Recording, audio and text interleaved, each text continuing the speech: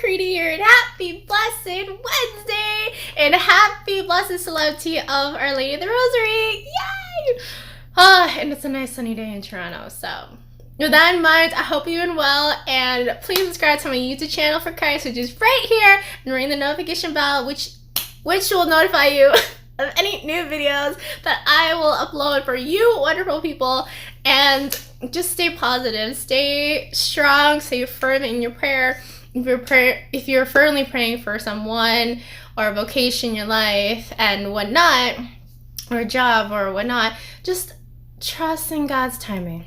Yeah, God's timing is the most perfect timing ever. Like, literally, ever. And you never know. Like, God's timing could be like today or tomorrow, and it's just unexpected. So just allow yourself to be at peace with God's timing, and you'll be feeling so much lighter than ever. You won't have any more like restless nights or any of those times of anxieties or feeling fearful, whatnot.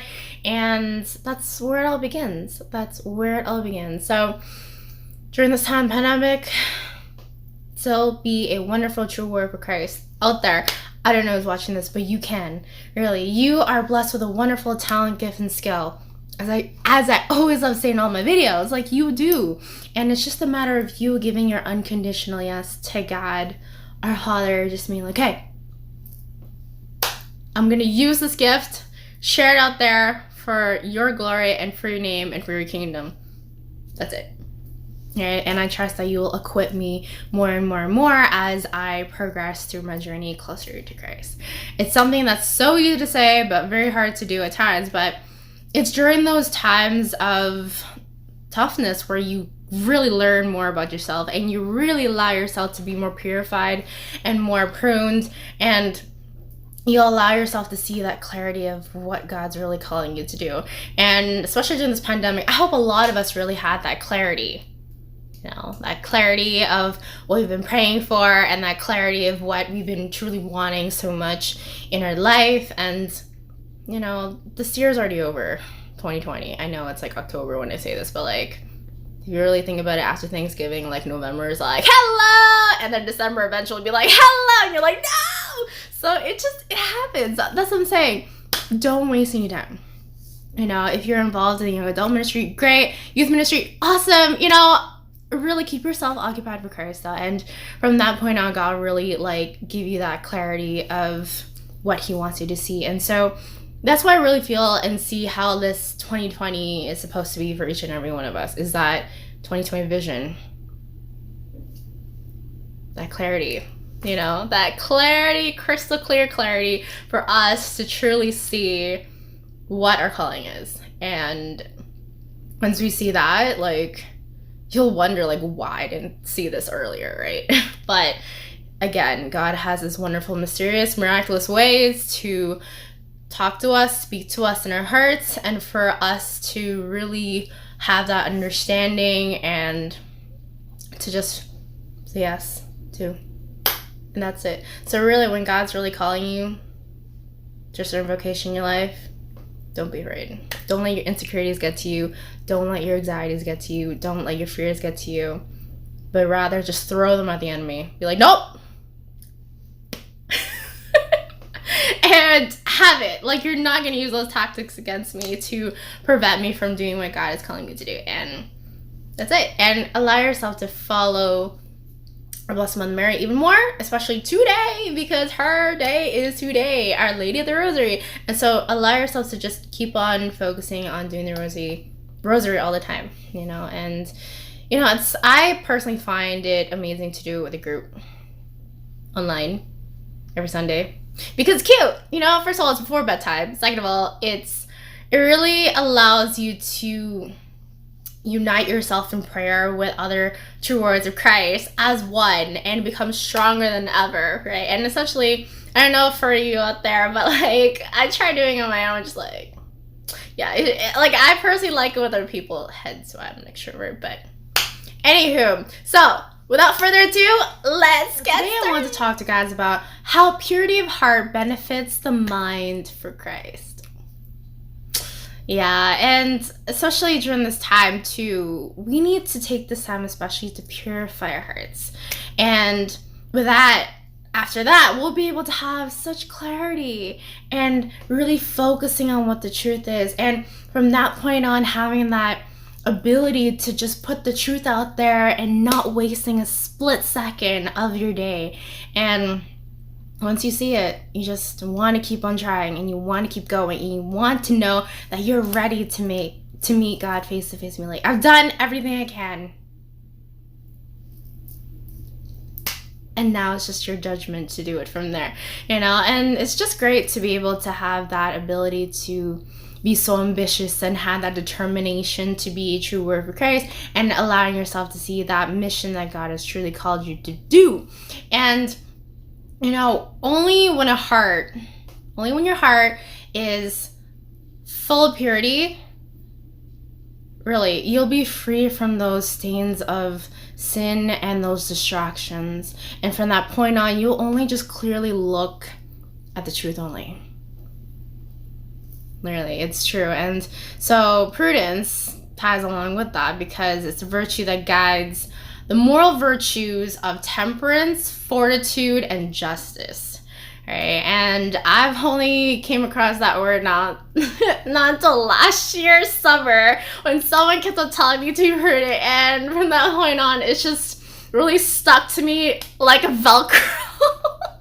And now even I'm starting to take upon that word. And so, I really appreciate that person so much. And essentially, it's changed me, it's helped me, and now I just want to be able to help others around me as well too, and allowing them to do the same to others around themselves too.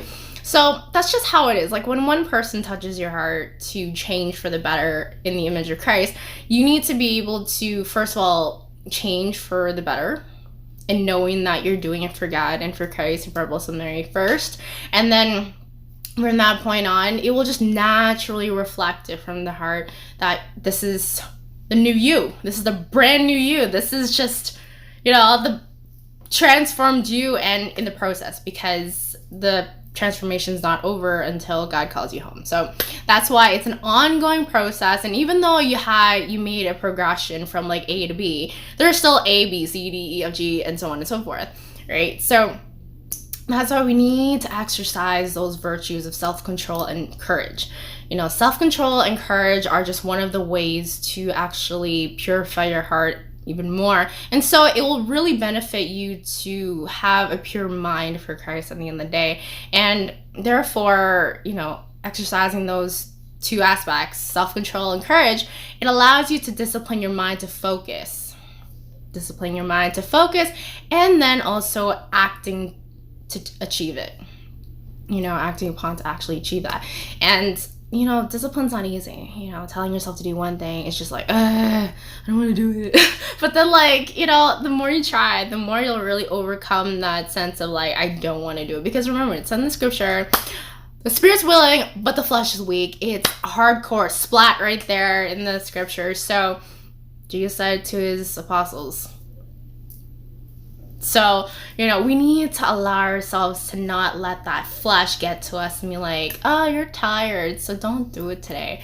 But then your spirit's like, no, I'm so passionate to talk about Christ. And yeah, so even I go through those times of struggle too. Like, even though I'm tired at times, I still want to get it done, that, I want to really feel it for Christ.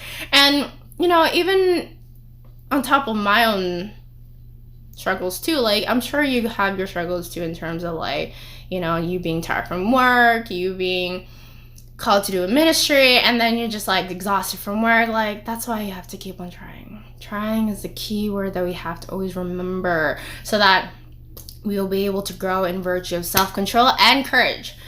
So another thing though as well is the moral virtue strengthens and sharpens our powers of understanding. The moral virtue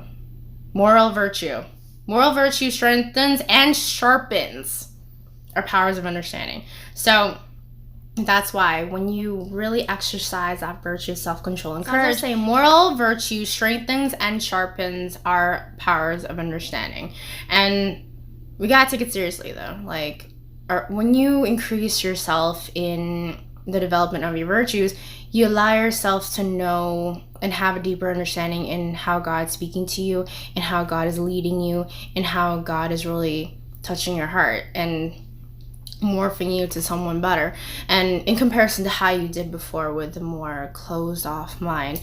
So that's why keep on reading up on the scripture, keep on reading up on different books for Christ, and so that it expands your mind to have a better understanding, and it will sharpen your understanding in your journey closer to Christ as well too. So really take it seriously.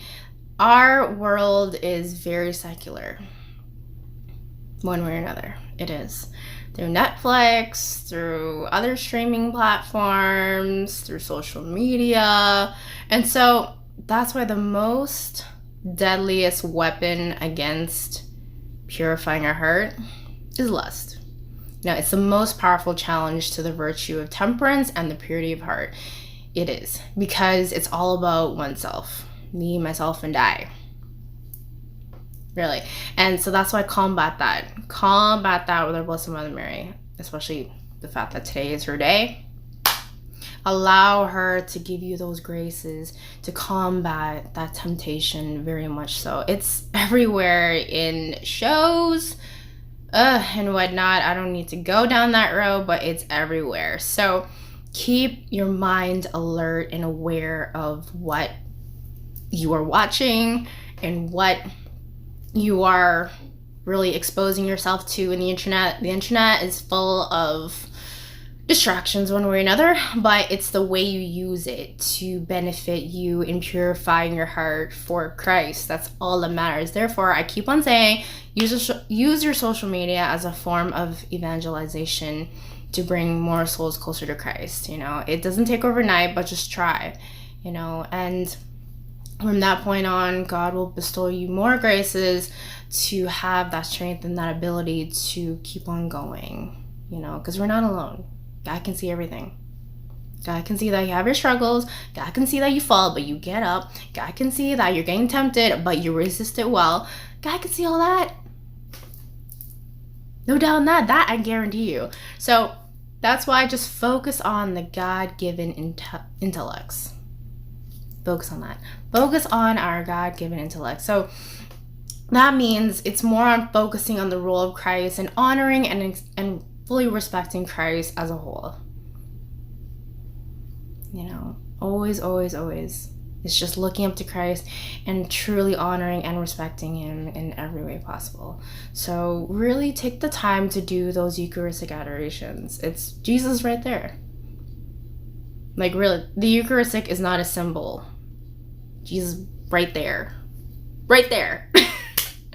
In front of your eyes. So that's what I'm saying. Just take time to spend time with Christ. And I highly recommend it in the front row, front pew, if you can. So at least you don't have any distractions in front of you. I personally highly recommend that because it's just, you just see Christ. That's it. When you're front. And you don't see anyone behind you. It's better that way. At least like you know that you can just look to Christ and that's it. And just allow God to speak to you. Speak, Lord, your servant's listening. You know, I love that so much. It's said in the scripture. So yeah, so along that deadly weapon of lust, right? There's also spiritual sloth that we got to think about. Spiritual sloth paves the way for lust and intemperance.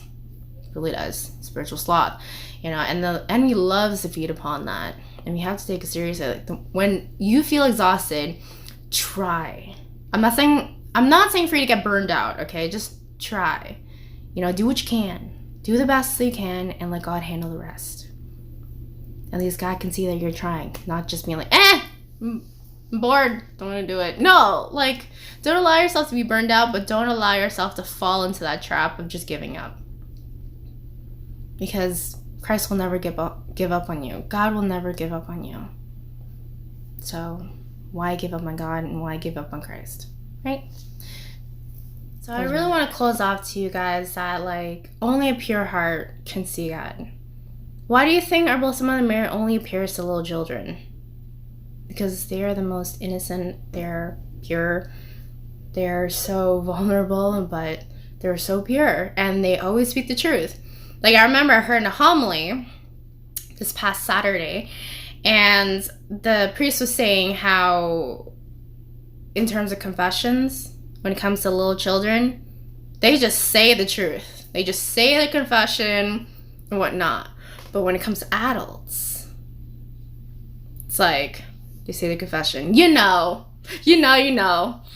And it's just, there's a lot of hesitation and resisting, sorry, English today. And yeah, like in comparison from a child confessing to an adult. Yeah, he was saying that there's a big comparison with how children are so pure, and yet they don't have any hesitation in saying their sins, in confessing their sins face to face. And then when it comes to adults, there's always just that like, yeah, I did this, but then, I also did this as well too. Just, no, I don't know, right? So, and it just really blew my mind. I'm just like, yeah, that is so true. Like, yeah, so that's what I'm saying. Like, going back, like, our Blessed Mother Mary literally only appears to children. Like, Our Lady of Fatima, 3 little kids, right? And a lot of the apparitions, if you look them up online, a lot of the apparitions are mostly kids. I would say, like, all the ones I know are all kids. Could be wrong, but, like, I would say all of them are kids. Correct me if I'm wrong. If you're a priest, comment down below. Or tell me in person. And that's why, we need to, in order for us to enter the kingdom of heaven, we need to be children. It's in scripture, right? So that's why we need to constantly offer up to the Lord all of our weaknesses whenever we fall into that temptation, right? Because we're all weak, we're all frail, we all have our weaknesses and our frailties here and there, and so that's why we just have to offer it all up, and admitting to Christ with full humility our incapabilities. Like, just tell God, like, I want to be here, but I know I can't do it, but I trust that you can help me get there, and start there. Allow yourself to keep on surrendering, keep on submitting yourself to Christ. And from that point on, God will give you so much clarity and so much abilities to do more and more and more and more. And then you'll look back and be like, whoa, how did I get from there to here? Like, yeah, it's quite amazing. Not quite, but it's spectacular. It's phenomenal, right? And so that's why, with that said, you will be constantly striving to be victorious for Christ, and you will constantly keep on striving to win that spiritual warfare against the enemy that constantly happens every single day, no fail, right? And so keep on combating it. If you have that sense of restless night or whatnot, or those anxieties are creeping up, or those insecurities that are starting to like creep up on you, like, no, you're not good enough, like, what are you doing?